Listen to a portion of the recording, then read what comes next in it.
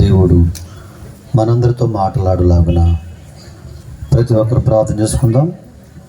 వైజాగ్ పట్టణంలో పరిచయం చేస్తున్నటువంటి ఇస్రాయేల్ రాజన్నయ్య దేవుని వాక్యాన్ని అందిస్తారు. అందరం కూడా తరల వంచి ప్రార్థన చేసుకుందాం. ప్రార్థన అనగానే కరలు మూసుకుని ప్రార్థనలు ఏకీభవించాలి. ప్రార్థన చేసుకోవాలి ప్రతి ఒక్కరు.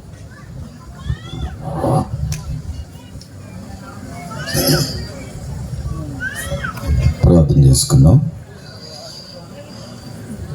తండ్రి దేవాని స్తోత్రాలు. లోక రక్షకుడు అయిన మా తండ్రి నీకే స్తుతులు చెల్లిస్తున్నాం ప్రభువా. ప్రేమ కనికరము కలిగిన దేవుడవు, నశించిపోతున్నటువంటి మానవ జీవితాలను వెలిగించడానికి నీ సర్వ శరీరాన్ని, నీ ప్రాణాన్ని సహితము అర్పించినటువంటి మహనీయుడు, లోకాన్ని ఎంతగానో ప్రేమించిన దేవుడు అయ్యా. నీ ఉన్నతమైన ప్రేమను గుర్తించలేని గుడ్డివారిగా మేమున్నాం ప్రభువా. ఈరోజు ఈ పరిశుద్ధ స్థలముగా ఈ స్థలాన్ని ఏర్పాటు చేసిన దేవుడు, ఈ స్థలములో మీరుండి నా తండ్రి మా గుడ్డితనాన్ని తొలగించండి. నీ శక్తిని, నీ మహిమను, నీ ప్రేమను అర్థం చేసుకోగలిగిన ఆత్మీయత మాకు ప్రసాదించండి. ఈ స్థలంలో మీరుండి అల్పుడనైన నన్ను మరుగుపరిచి శక్తివంతమైన నీ మాటల ద్వారా మా జీవితాలు నూతనపరచమని, దీనుడను అల్పుడను నా చిన్న ప్రార్థన ఆలకించి ప్రతిఫలం దయచేయమని యేసు నామములో అడుగుచున్నాను మా తండ్రి, ఆమేన్. అందరికీ నా వందనాలండి. దేవుని పరిశుద్ధ లేఖనాల్లో యోబు గ్రంథము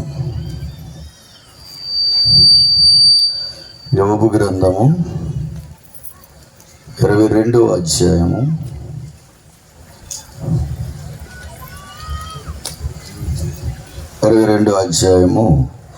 21వ వచనాన్ని చదువుకున్నాం. ఆయనతో సహవాసము చేసిన ఎడల నీకు సమాధానము కలుగును, అలాగున నీకు మేలు కలుగును. చాలా చిన్న ప్రార్థన చేసుకున్నాం. తండ్రి దేవాని స్తోత్రాలు. వాక్య సత్య సారాంశమును మాకు తెలియచేసి వాక్యములో నిక్షిప్తమైన గూఢమైన సంగతులు తెలుసుకునడానికి మీరే కృప చూపండి. ఈ స్థలంలో మీరుండి అల్పుడనైన నన్ను మరుగుపరిచి మీరే మాట్లాడి మహిమ పొందమని యేసు నామములో అడుగుచున్నాను మా తండ్రి, ఆమేన్.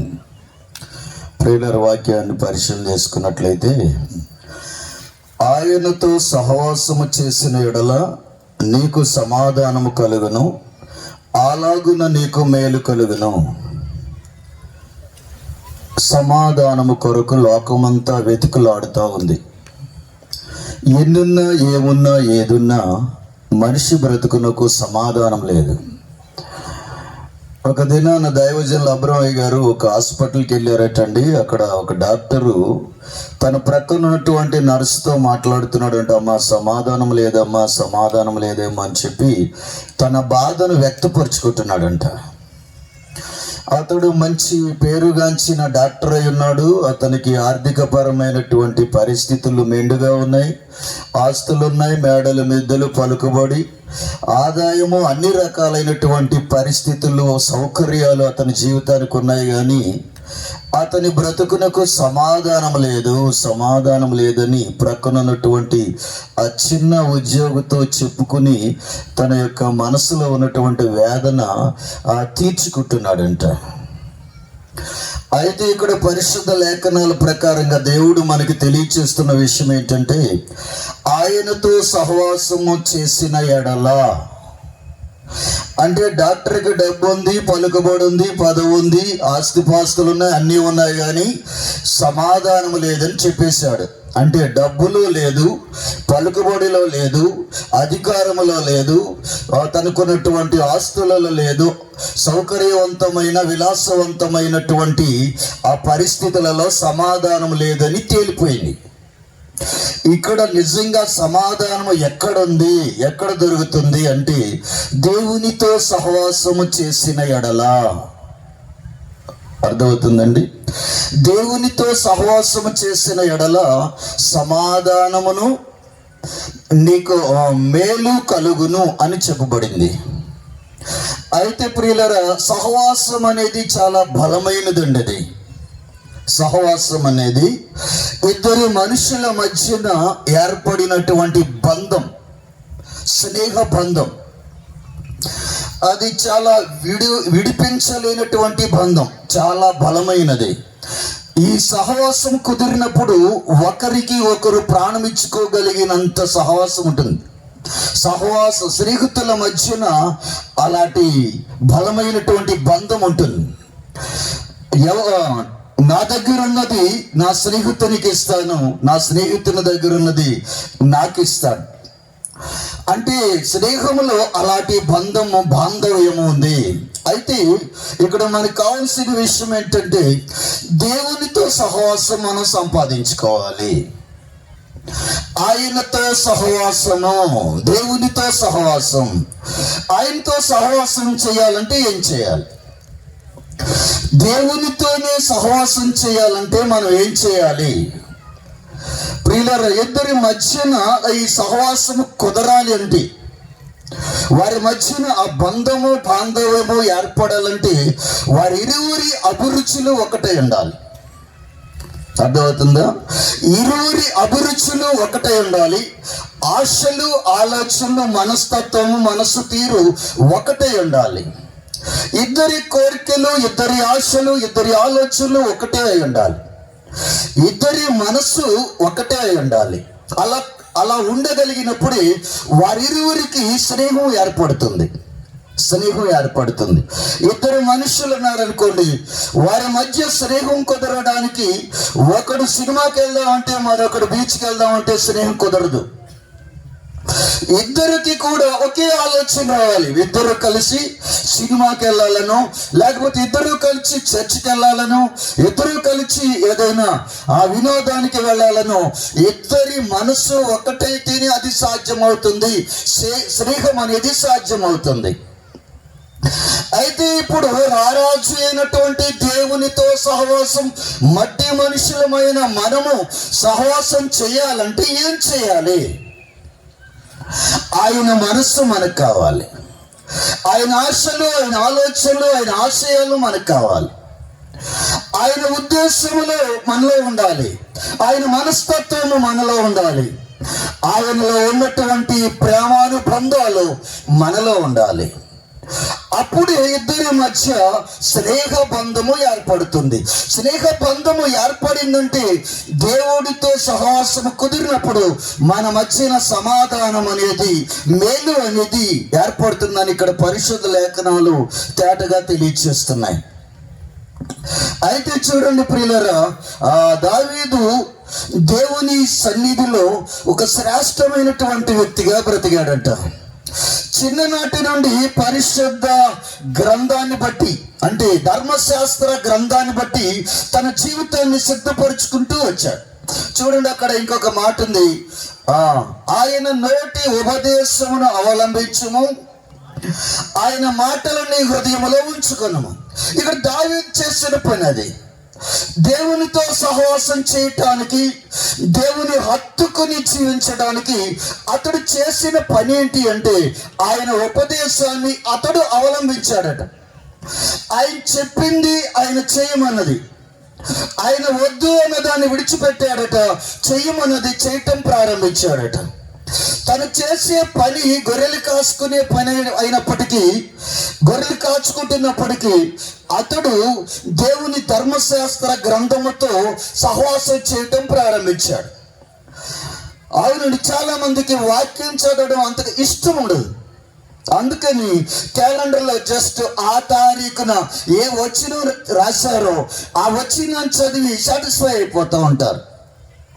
చదువుకున్నప్పటికీ, డిగ్రీలు చదువుకున్నప్పటికీ, లోక సంబంధమైన వ్యర్థమైనటువంటి పుస్తకాలు ఎన్నో చదువుతున్నప్పటికీ పరిశుద్ధ గ్రంథాన్ని చదవడానికి, పరిశుద్ధ గ్రంథముతో స్నేహం చేయడానికి ఇష్టపడరు.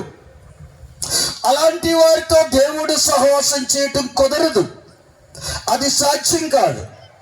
దావీదు ధర్మశాస్త్రాన్ని అనుసరించి తన జీవితాన్ని మౌలు చేసుకుంటూ అలా అవలంబించడం నేర్చుకున్నాడు. దేవుడు చెప్పినట్లుగా వాక్య లేఖనాల ప్రకారంగా తన చిన్నతనం నుంచి దేవుని ఉద్దేశ ప్రకారంగా దేవుని వెంబడించడానికి, దేవుని అనుసరించడానికి, దేవుని మార్గంలో నడవడానికి తన మనస్సు కేంద్రీకరించాడు, దృష్టి పెట్టాడు. కాబట్టి అతడు ఏ తప్పు చేయకుండా బ్రతికేశాడు. నేను పరిశుద్ధుడను కావున మీరు కూడా పరిశుద్ధులుగా ఉండండి అని చెప్పిన దేవుని మాట ప్రకారంగా అతని జీవిత కాలంలో ఎన్నడూ తప్పు చేయలేదని పరిశుద్ధ గ్రంథంలో రాయబడి ఉంది. చిన్ననాటి నుండి దేవుని వాక్యాన్ని అవలంబిస్తూ నడుచుటను బట్టి, జీవిస్తుటను బట్టి దేవుని యొక్క ఇష్టానుసారుడైపోయాడు, దేవునికి ఇష్టడైపోయాడు. కాబట్టి అతన్ని దేవుడు హత్తుకున్నాడట. దావీదు దేవుణ్ణి హత్తుకున్నాడు, ఆ అడుగు జాడల్లో నడవడం నేర్చుకున్నాడు. కాబట్టి అది అతనికి మేలాయను. వాక్యాన్ని బట్టి అతడు అవలంబించినప్పుడు, నడిచినప్పుడు అతని జీవితానికి అది మేలుగా మారిపోయింది, సమాధానకరంగా మారిపోయింది, జీవితానికి సంతోషకరంగా మారిపోయింది. ఉన్నతమైన ఉచ్చ స్థితికి, అంటే ఎవరు ఎక్కలేనంత ఉన్నతమైన ఉచ్చ స్థితికి అతడు ఎక్కించబడ్డాడు. అవునండి, స్నేహం చేస్తే ఒకరికి ఒకరు అలా ఇచ్చిపుచ్చుకుంటారు. శక్తి సామర్థ్యము గల దేవునితో సహవాసము చేయగలిగిన భక్తి విధానము నేర్చుకున్నాడు, చక్కని నడవడిక నేర్చుకున్నాడు, ఆత్మీయత నేర్చుకున్నాడు, వాక్య సత్యములు అవలంబించడం నేర్చుకున్నాడు, దేవుని హత్తుకుని జీవించడం నేర్చుకున్నాడు, దేవునికి హృదయానుసారుడిగా జీవించడం నేర్చుకున్నాడు. కాబట్టి అతన్ని దేవుడు అతన్ని ఉన్నతమైన స్థితిలోనికి తీసుకెళ్ళాడు. కాబట్టి ప్రియరా, ఆయనతో సహవాసము అర్థం చేసుకోనండి. ఆయనతో సహవాసం కావాలి, మనకు ఆయనతో సహవాసం కావాలి. చాలా మంది ఆయన టీవీలతో సహవాసం చేస్తారు, సెల్ ఫోన్తో సహవాసం చేస్తారు, లేకపోతే వ్యసన పరులతో సహవాసం చేస్తారు, లోక సంబంధమైన వ్యర్థులతో సహవాసం చేస్తారు, లోకములో సహవాసం చేస్తూ ఉంటారు. లోకముతో సహవాసము దేవునితో వైరం, లోకముతో సహవాసం దేవునితో వైరం. అంటే లోకములో ఏ విధంగా ఎవరితోనైనా, దేనితోనైనా, ఒక వస్తువుతోనైనా, వస్త్రముతో, లేకపోతే వాహనముతోనైనా, లేకపోతే కుక్కలతో సహవాసం చేసేవాళ్ళు ఉన్నారండి. కుక్కలతో సహవాసం, అవునండి, వాటిని ఎత్తుకుని ముద్దాడి కౌగలించుకొని దాని మూతిలో మూతి పెట్టి రకరకాలుగా దానితోటి అసభ్యకరంగా ఆ యొక్క ప్రవర్తన చూసినప్పుడు అసభ్యకరంగా కనబడుతుంటుంది. కానీ వారికి మాత్రం అది ముచ్చటగా అనిపిస్తుంది. ఈనాటి దినాల్లో కుక్కలను పెంచడం ఒక కాస్ట్లీ హాబీ. అవునండి, ఆ రకంగా మారిపోయింది సొసైటీ. కాబట్టి ప్రియులారా, మనము దేవునితో సహవాసం చేస్తే సమాధానకరమైన స్థితికి దేవుడు నడిపించేస్తాడట. అవునండి, వాహనాలతో సహవాసం చేసేవాళ్ళు దాన్ని బట్టి నష్టపోయిన వాళ్ళు ఉన్నారు, లేకపోతే ఆ మనుషులతో సహవాసం చేసిన వాళ్ళు వారితో పాటుగా నష్టపోయిన వాళ్ళు ఉన్నారు. అది దేవునితో సహవాసం చేసిన వాళ్ళు మాత్రం నష్టపోలేదండి. ఎందుకనంటే నీతిమంతుడైన దేవుడు, శక్తి సామర్థ్యములు గల దేవుడు, పరిశుద్ధుడైనటువంటి దేవుడు, కల్మషము కపటము లేనటువంటి దేవుడు, దోషము ద్వేషము లేనటువంటి దేవుడు, బలవంతుడు, భాగ్యవంతుడు. అలాంటి దేవునితో మంచివారితో సహవాసం చేస్తే మంచివారు అవుతారు, చెడ్డవారితో సహవాసం చేస్తే చెడిపోతారు. ఒక త్రాగుబోతుతో సహవాసం చేస్తే త్రాగుడికి అలవాటు పడిపోతారు, తిరుగుబోతుతో సహవాసం చేస్తే ఆ తిరుగుబోతులు అయిపోతారు, తిండిపోతులతో సహవాసం చేస్తే తిండిపోతులు అయిపోతారు. 6 నెలలు సహవాసం చేస్తే వారే వీరు, వీరే వారట. అంటే ఇద్దరు ఒకటైపోతారు. అతనిలో ఉన్న లక్షణాలు ఇతనిలో ఉన్నటువంటి లక్షణాలు అతనిలోనికి అలవాటు అయిపోతాయి, వారి యొక్క అలవాట్లు ఒక్కటైపోతాయి. కాబట్టి మనకు మహోన్నతుడైన దేవుని సహవాసానికి పిలుపు వచ్చింది. పిలుపు వచ్చింది. దేవుడు మనల్ని పిలుచుకున్నాడు. నా యొద్దకు రండి, నాతో కూడా ఉండండి, నన్ను వెంబడించండి అని దేవుని నుంచి, మహోన్నతి నుంచి మట్టి మనుషులమైన మనకు పిలుపు వచ్చింది. నాతో సహవాసం చేయండి అని. కాబట్టి ఆ సహవాసానికి మనము మన జీవితాన్ని అప్పగించుకొని ఆయన ఉపదేశాన్ని అవలంబించడానికి, ఆయన నోటి మాట ప్రకారంగా జీవితాన్ని దిద్దుకోవడానికి, ఆయన నోటి మాట ప్రకారంగా మన భక్తి జీవితాన్ని సరిదిద్దుకోవడానికి మనస్సు పెడితే అప్పుడు ఆయన మనసు మన మనసు ఒకటైపోతుంది. అప్పుడు ఆయన ఉన్న చోట మనల్ని నిలబెట్టడానికి అవకాశం ఏర్పడుతుంది. అవును ప్రియులారా, కాబట్టి ఇక్కడ దేవుని వాక్యంలో చూస్తే ఆయన నోటి ఉపదేశమును అవలంబించము, ఆయన మాటలను నీ హృదయములో ఉంచుకొనుము. మంచి మాటలు హృదయంలో దాచుకోరని చాలా మంది, చెడ్డ మాటలు చాలా భద్రంగా దాచుకుంటారు. ఏనాడో ఎవరైనా ఒక మాట, కాని మాట ఏదైనా కొంచెం ఉద్రేకంగా దురుసుగా మాట్లాడితే ఆ మాట పదే నెమరు వేసుకుంటూ వల్లి వేసుకుంటూ పలానా మనిషి పలానా సమయంలో నన్ను ఇలాగన్నారనేది చాలా గుర్తుండిపోతుంది. ఆ మనిషిని చూస్తే కోపం వచ్చేస్తూ ఉంటుంది, ఆ మనిషిని చూస్తే ఉద్రేకపడిపోతారు, ఆ మనిషిని చూస్తే వాళ్ళని ఏదో చేయాలన్నటువంటి ఆవేశము, కోపోద్రేకములు కనబడుతూ ఉంటాయి. మీకు ఇక్కడ ఒక విషయాన్ని నేను చెబుతాను. చెడ్డ మాటను మనం దాచుకున్నప్పుడు అది నిన్ను చెడగొట్టేస్తుంది, నీ మనసు కలవరపరుస్తుంది, నీకు అశాంతిని కలుగ చేస్తుంది, నీవు సంతోషించకుండా చేస్తుంది, నీవు ఆనందించకుండా నిన్ను బలహీనపరిచేస్తూ ఉంటుంది. చెడ్డ మాట నిన్ను చెడగొట్టేస్తుంది. అయితే మంచి మాటలు దాచుకోమని చెబుతుంది ఇక్కడ దేవుని వాక్యం. హృదయములో దేవుని మాటలు దాచుకొనుము, నీ హృదయములో ఉంచుకోవాలట. వజ్రము లాంటి మాటలు. ఈ పరిశుద్ధ లేఖనాల్లో దేవుడు మనకు తెలియచేస్తున్నటువంటి మాటలు వజ్రము కంటే విలువైనటువంటి మాటలు. ఒక వజ్రం ఒక మనిషికి దొరికితే అది ఆ మనిషిని ఎంతవరకు బాగు చేస్తుందో నాకు తెలియదు, కానీ ఒక జీవము కలిగిన ఒక్క మాట, ఈ కోటాలు బట్టి నువ్వు పట్టుకుంటే ఒక్క మాటే, 100 మాటలు అవసరం లేదు, ఒకే ఒక్క మాట నువ్వు పట్టుకుంటే ఈ యొక్క 2025 సంవత్సరంలో ఈ తారీఖు నీ జీవితంలో గుర్తించుకుని పలానా మీటింగ్స్ లో నేను ఈ మాట ఆలకించాను అని ఆ మాటను పట్టుకుని ఆ మాట ఒక్క మాటను బట్టి నువ్వు అవలంబిస్తే నీ బ్రతుకు ఖచ్చితంగా బంగారంలా మారిపోతుంది. అవునండి, నేను పరిశుద్ధ లేఖనాల్లో ఒకే ఒక మాట పట్టుకున్నాను.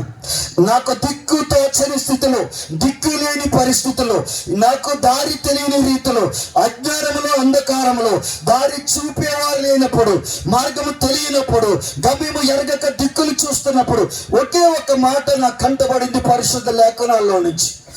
నీకు ఆలోచన చెప్పేదను అనే మాట. ఆ ఒక్క మాటనే పట్టుకుని ఆలోచన కావాలి నాకు తెలియచమని దేవుని సన్నిధిలో ప్రార్థించినప్పుడు దేవుడి నాతో మాట్లాడి నా రక్షణ శాఖలో నీకు ఉద్యోగం ఇస్తున్నానని చెప్పాడు.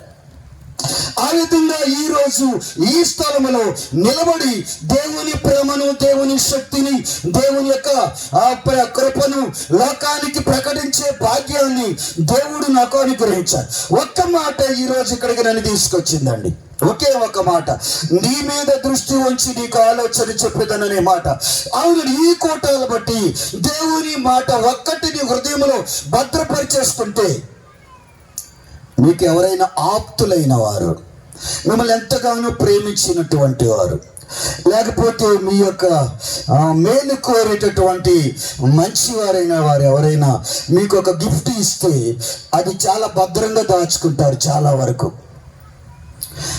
వరకు చాలా భద్రంగా దాచుకుంటారు. అయితే ప్రియులారా, అలాగే ఈరోజు ఈ కూటాల్లో ఒక మాట పట్టుకో, నీ లైఫ్లో ఎన్నడూ మర్చిపోకుండా దాన్ని భద్రపరుచుకో. ఆ మాటను బట్టి నీ సన్నిధిలో ప్రార్థించు. నన్ను ఆ విధంగా సిద్ధపరచమని, నన్నులాగా తయారు చేయమని, నీకు ఇష్టకరంగాను, నీ బిడ్డగాను, నీ మార్గంలో నడవడానికి, నీకు త్రోవల్లో జీవించడానికి నన్ను సిద్ధపరచమని ఆ దేవుని యొక్క మాటను బట్టి నువ్వు ప్రార్థిస్తూ ఉండు. హృదయంలో దాచుకోవాలట. ఎండింగ్ వరకు మధ్యలో విడిచిపెట్టకూడదు. అవునండి, వస్తువులు సమస్తమైన వాటిని ఎంత భద్రంగా జాగ్రత్తగా దాచుకుంటామో, ఈ మాటలు వాటన్నిటికంటే లోకమంతటిలో దొరికేటటువంటి భూ సంబంధమైన ఆ వస్తు వనరుల కంటే పరిశుద్ధ గ్రంథములో నుంచి దేవుడు మనతో మాట్లాడుచున్న మాటలే విలువైనవి. అదే మనిషి జీవితాన్ని వెలిగించేవి, అవే మన బ్రతుకులను ఉజ్జీవింపచేసేవి, అవే మరి కొంతమందికి జీవ మార్గాన్ని చూపగలిగిన రీతిలో మనల్ని తయారు చేసేవి. కాబట్టి బంగారమైన మంటిలో పడవేయమని అక్కడ వాక్యం తెలియచేస్తోంది. చూడండి, తర్వాత చూస్తే సర్వశక్తుని వైపు నీవు తిరిగిన ఎడల నీ గుడారములో నుండి దుర్మార్గమును దూరముగా తొలగించిన ఎడల నీవు అభివృద్ధి పొందుతావు. సర్వశక్తుని వైపు నీవు తిరిగిన ఎడల, అర్థమవుతుందమ్మా, సర్వశక్తుని వైపు నీవు తిరిగిన ఎడల. మనం ఎవరి పాద సన్నిధిలో ఉన్నామంటే సర్వశక్తి గల దేవుని పాద సన్నిధిలో ఉన్నాం. అయితే మీరు అందరూ అంటారు, మేము లోకాన్ని విడిచిపెట్టి దేవుని వైపే కదా తిరిగిపోయాము, దేవుల్లో ఉన్నాం, దేవుని ఆరాధిస్తున్నాం, దేవునికి కానుకలు ఇస్తున్నాం, దేవునికి సమస్తాన్ని సమర్పిస్తున్నాం, దేవుని యొక్క మాటలే ఆలకిస్తున్నామని మీరు అనుకుంటూ ఉండవచ్చు. సర్వశక్తుని వైపు తిరిగిన ఎడల తిరిగిపోవాలి. ఆయన వైపు పరిపూర్ణంగా తిరిగిపోవాలి. లోకము నుంచి క్రీస్తు వైపు పూర్తిగా తిరిగిపోవాలి.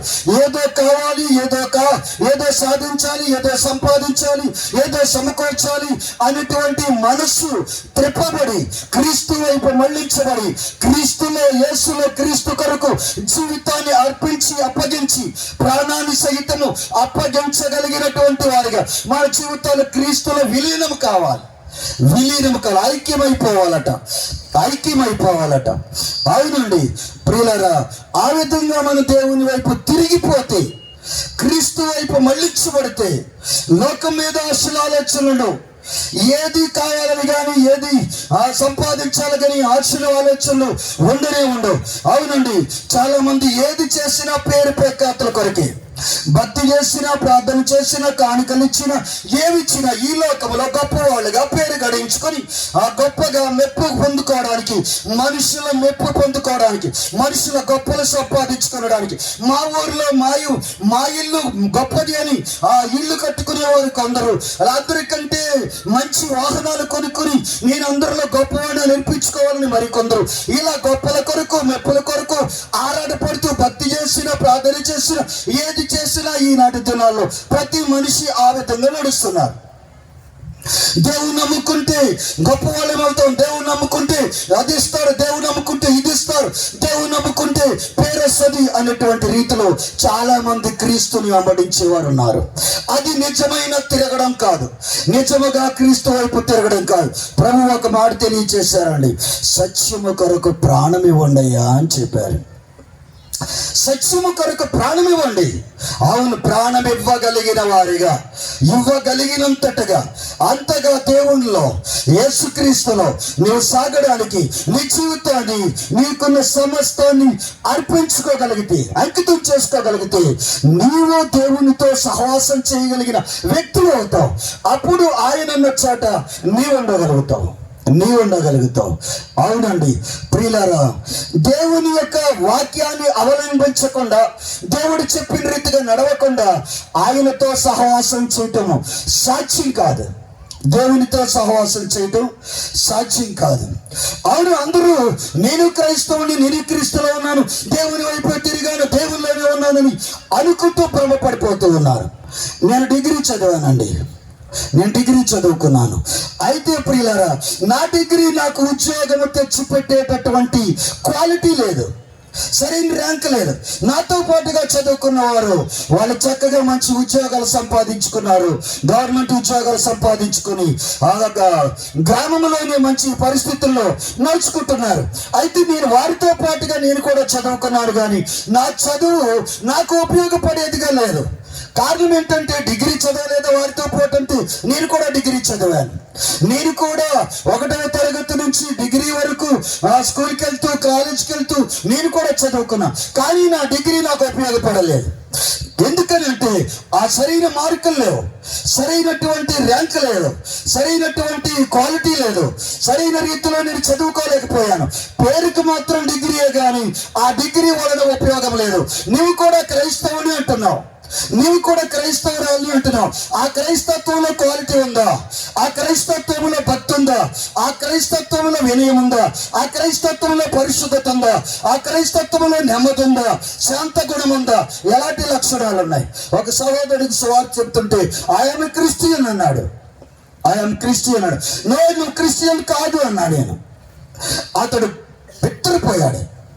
ఎందుకని అలా అన్నారు? నా వైపు సూటిగా చూశాడు. అవును, అతడు కైని నవ్వులుతున్నాడు. అవునండి, నువ్వు ఏదో నవ్వులుతున్నావు కదా, ఇలాంటి పనికి మాలిన పనులు చేస్తూ క్రైస్తవుని ఎలా చెబుతావు అన్నప్పుడు అతడు నిజంగానే బెత్తరపోయాడండి. అవును, ఆ డిగ్రీయే కానీ ఆ డిగ్రీ ఎందుకు పనికిరాని డిగ్రీ, ఎందుకు పనికిరాని డిగ్రీ? నేను క్రైస్తవునే కానీ క్వాలిటీ లేని క్రైస్తత్వము, బలము లేని క్రైస్తత్వం, శక్తి లేని క్రైస్తత్వం, ఆత్మీయత లేని క్రైస్తత్వం, జీవము లేని క్రైస్తత్వము, దేవునితో సహవాసము లేని క్రైస్తత్వం, దేవునితో సహవాసం లేని క్రైస్తత్వం. ఆవిడ దేవునితో సహవాసం చేయగలిగిన ఆ విధమైనటువంటి క్రైస్తత్వం కావాలి. అవును, అవునండి. అందుకే లోకముతో స్నేహాన్ని విసర్జిస్తేనే దేవునితో సహవాసం అనేది కుదురుతుంది. లోకముతో స్నేహం దేవునితో వైరం, దేవునితో సహవాసం లోకముతో వైరం. కాబట్టి నీకు దేవుడితో సహవాసం చేయాలంటే లోకాన్ని విడిచిపెట్టేయాలి.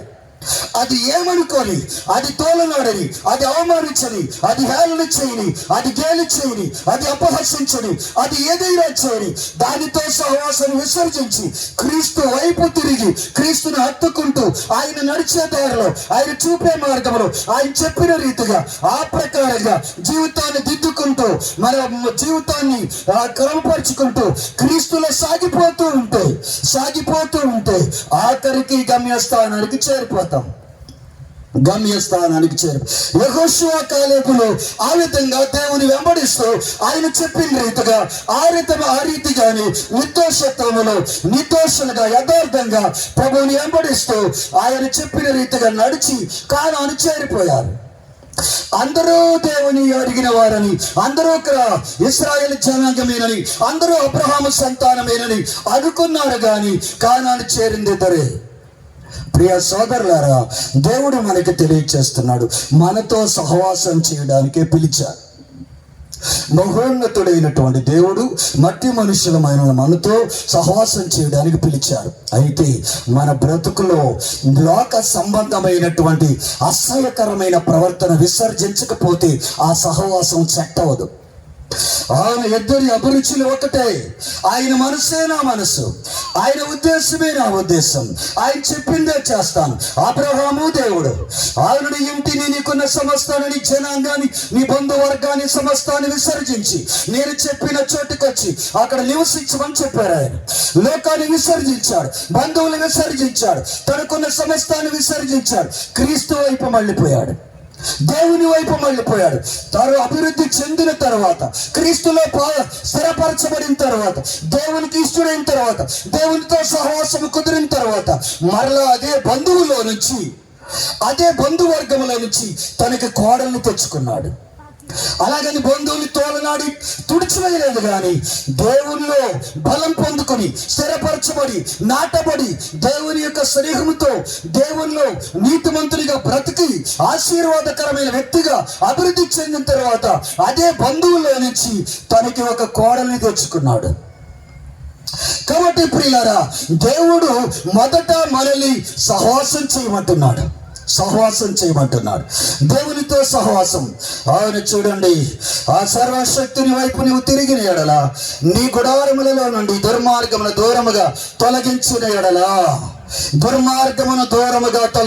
ఎడల, గుడారము ఇల్లు హృదయము, మరి హృదయంలో నుంచి చెడుతనాన్ని తొలగించుకోవాలి. వేపభక్తుడు చెడుతనాన్ని విడిచిపెట్టినట్లు మన బ్రతుకులో ఉన్న చెడుతనాన్ని విడిచిపెట్టాలి. ఇంటిలో ఉన్న చెడుతనాన్ని కూడా తుడిచిపెట్టుకోవాలి.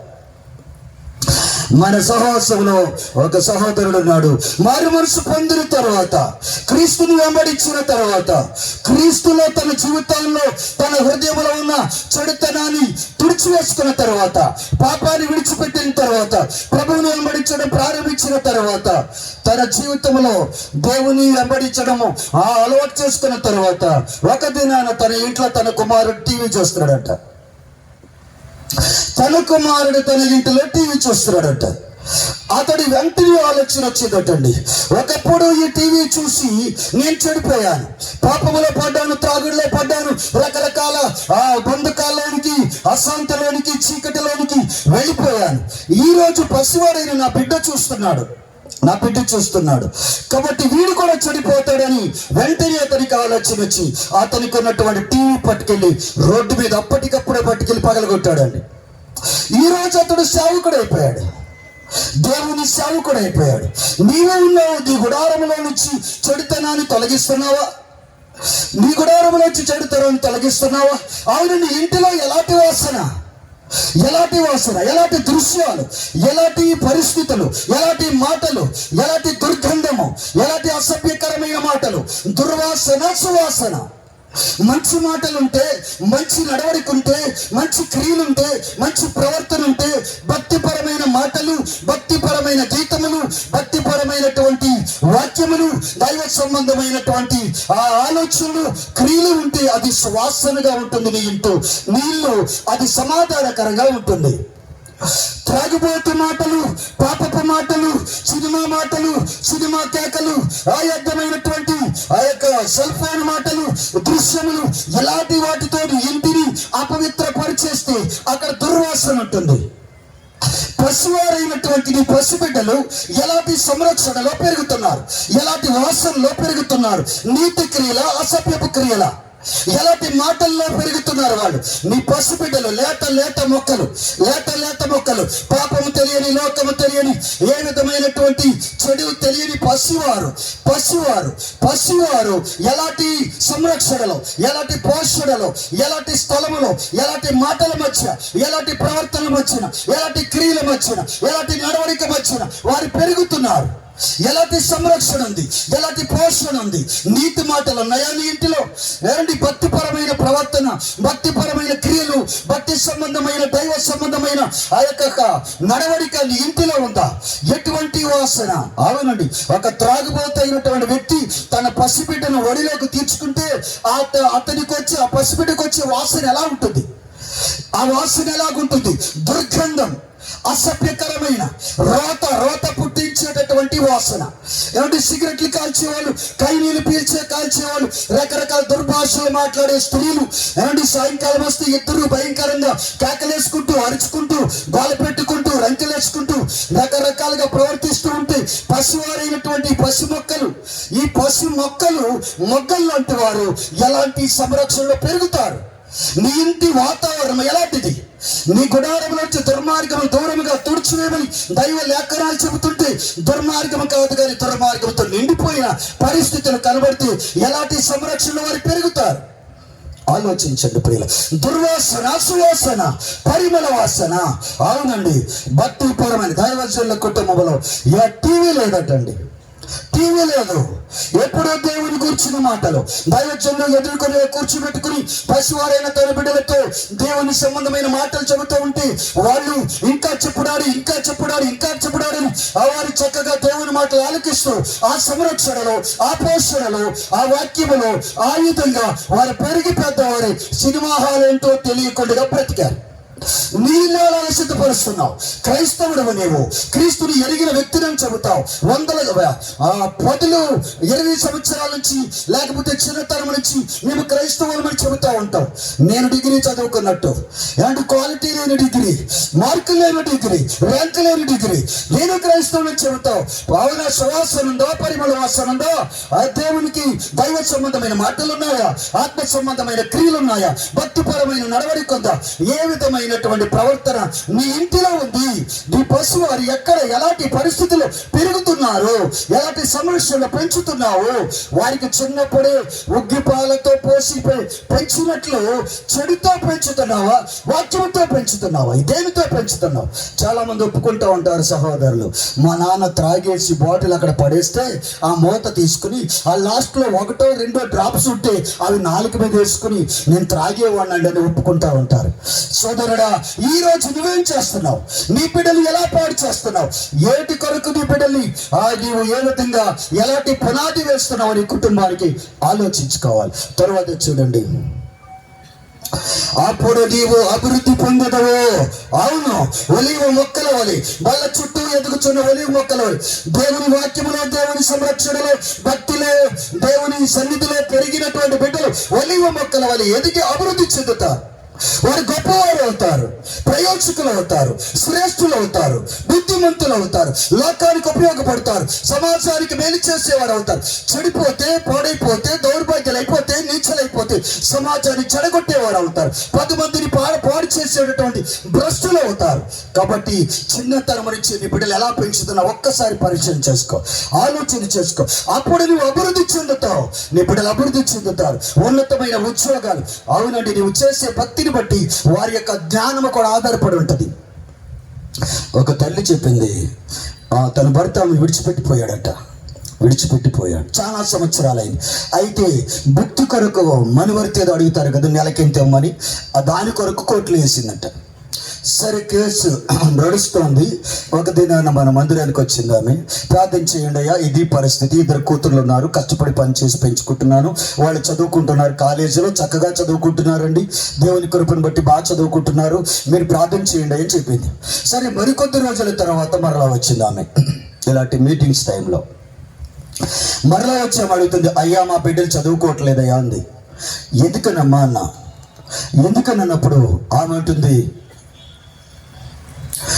ఏమంటుందంటే, ఏమోనండి తెలియదు, చదువుకోమంటే కాలేజీకి వెళ్ళాలనిపించట్లేదు, మేము వెళ్ళము, మేము చేయమని చెప్పి ఇలాగ మాట్లాడుతున్నారండి అని చెప్పింది. అయితే ప్రియులరా, ఎందుకనని అడిగినప్పుడు, ఆ కోర్టు కేసు క్లియర్ అయిందండి, నా భర్త నుంచి నాకు మనువర్తి వస్తుంది నెలకింత అని, నేను ఎక్కడికి వెళ్ళవసరం లేకుండానే అతను ఇచ్చేటటువంటి ఆ డబ్బులతో మా కుటుంబాన్ని పోషించుకుంటామని చెప్పింది. అవును, అప్పటి నుంచి నీ బిడ్డలు కాలేజీకి వెళ్ళట్లేదు కదా అన్న. అవునయ్యా అంది. అవును, అతడు ఎలా సంపాదిస్తాడు అని అడిగాను. అతడు సంపాదించే సంపాదన మాత్రం పక్కదారులోనే సంపాదిస్తాడండి, అతడు సంపాదించే సంపాదన కరెక్ట్ అయింది కాదని చెప్పాను. అవును ప్రియులారా, అలా దేవుడు ఎప్పుడైతే అలాగా అతని యొక్క సంపద వీళ్ళు తినడం మొదలు పెట్టారో వాళ్ళు చదువుకోవడానికి ఆసక్తి లేకుండా అయిపోయిందట. అవును, చెడ్డగా బ్రతికే తల్లిదండ్రులు, సంరక్షణలో పెరిగే బిడ్డలు కూడా గొప్పవారు కాలేరు. కాబట్టి మన బ్రతుకులు మార్చుకొని, మన జీవితాలు మార్చుకొని దేవునిలో మన జీవితాన్ని సిద్ధపరచుకోవాలి. ఇంకొక మాట చూద్దాం, మంటిలోని బంగారమును ఏటిలో ఓపిరి సువర్ణమును పారవేయము, అప్పుడు సర్వశక్తుడు నీకు అపరంజిగాను ప్రశస్తమైన వెండిగాను ఉండను. బంగారమును ఏటి నీళ్లలో పారవేయమని చెప్పి అక్కడ రాయబడింది. నీ బంగారం అంతా తీసి పక్కనున్న పొలంలో పడేసి వెళ్ళిపోమని దేవుని వాక్యం ఇక్కడ చెప్పట్లేదు. మంటిలో పడేయడం అంటే విలువ లేనటువంటి వాటిగా ఎంచాలట. బంగారమైన, వజ్రమైన, వైడూర్యమైన అది విలువైంది కాదు. దేవుని మాట కంటే, వాక్యము కంటే బంగారం మనిషిని పాడు చేయొచ్చేమో కానీ దేవుని వాక్యం మాత్రం మనల్ని వెలిగిస్తుంది, మన జీవితాలు నూతన పరుస్తూ ఉంటుంది. కాబట్టి ప్రియులారా, దేవుని మాటను నమ్మితే, బంగారాని కంటే విలువైందిగా నమ్మితే నీ జీవితాన్ని బంగారంలా మార్చేస్తాడు దేవుడు. అలాగే నిన్ను బంగారపు వీధుల్లో నడిపిస్తాడు దేవుడు.